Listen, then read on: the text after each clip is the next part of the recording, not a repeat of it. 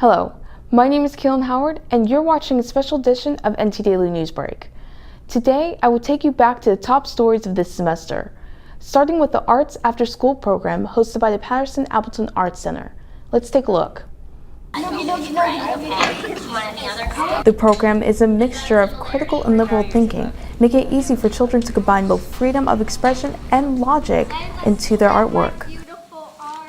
So we don't want to just take things at face value, but we want to kind of probe deeper and encourage the kids to get into a deeper examination. The concept of abstraction was used in this week's session, giving leeway for students to think less and paint more. I think it's important not to underestimate the kids. All you have to do is ask, and they're going to come up with answers that you wouldn't have even imagined. His paintings are boring. Boring? They're just bricks of color. Okay. Classes will continue every week until the middle of March. For more information, contact Patterson-Appleton Arts Center. On the flip side, the Confederate monument on the courthouse square stirred up mixed emotions for Denton anti-Confederate protesters. If you want to look at this and you want to honor that guy and what he's representing, fine. It's America. You do it, you got to freedom. The underlying flame that ignited the fire goes beyond racial bias. A lack of communication between locals and city officials is also to blame. I've been going to the commissioner's court with Willie. It was about a year now, and I see it too. They don't listen. They don't really care what we have to say. Confederate monument protesters are nothing but words in this stage of controversy. The Confederate monument that we have in Denton that tries to paint Confederates as actions who are pure is nothing but self-sacrifice. That is nothing but a lost cause narrative that is trying to downplay the sins of slavery, the sins of Jim Crow. In the past, protesters held small picket signs while silently expressing their rage against the Confederate statue. But now that the drawn-out debate to remove the monument resulted in a 12-3 vote to keep it, with the addition of an honorary plaque, a petition to permanently remove the monument was the invisible punch that encouraged the opinions from locals for and against the cause. It's just nice to see somebody that is wanting to make a change over in the square. It should be left there just as that simple statement. I mean, honestly, it doesn't inspire me to see this. You know what I mean? I'm trying to be, when I'm walking around my square, I want to see things that inspire me and make me feel positive, not something that's got to be debated over. Personally, I think they're fighting for it because they've run out of causes. You know, so civil rights is over. Women have got the vote.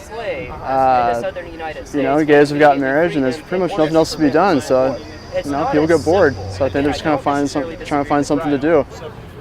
For now, the fight against the Confederate monument continues. I want the Confederate monument to be moved into a museum. I want context surrounding it, such as the secession papers, the Cornerstone speech. Not too long ago, Guyer High School students were nothing but words in the recent March for Our Lives protest on the courthouse square.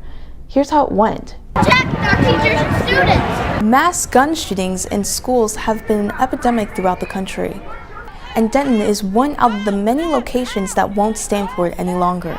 I'm here today to make my voice heard, to take a stand, to show that enough is enough. We won't take this anymore. Students, parents, and local officials took advantage of the march to promote the questioning of gun carry for youth and teachers. My stance is the constitutional stance. It's just straight from the Constitution. The right of the people to keep and bear arms shall not be infringed. I couldn't watch the news and see these shootings happen, and I couldn't watch my peers realize that it was becoming a norm every day. The more that they happened, the more complacent we felt, and I just couldn't accept that. Movements such as these is only one part of making a change. The high promotion to vote and take other action was also recommended. If you guys are not being heard by the administration, I'll tell you how to beat this. Take the kids out.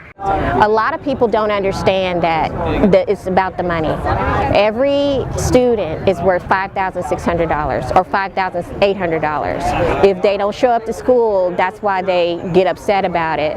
It's because they're going to be losing money each day that that subtracts from that dollar amount. After the 2-hour march, several protesters in the group of Guyer High School students made their way to a Let's Talk discussion hosted by the Denton NAACP. They pretty much understand the issue.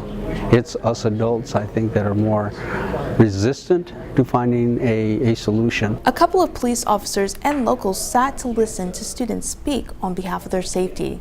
The absence of public officials sparked a fire in the students who used this opportunity to be heard. We must work to change the world. And NAACP President Willie Hudspeth did not hesitate to state just that. About the safety of the kids and ensuring them of what our purpose is as adults for their safety. They're not here. As an activist, that's what they did to me. I don't know where they got that from. This is probably not a good thing for you to have done. March for Our Lives will soon be followed up by a planned student walkout on April 20th. As for now, the memory of hundreds of feet marching for justice will carry on. Well, that concludes this special edition of NTDaily Newsbreak. My name is Keelan Howard. Thank you for watching.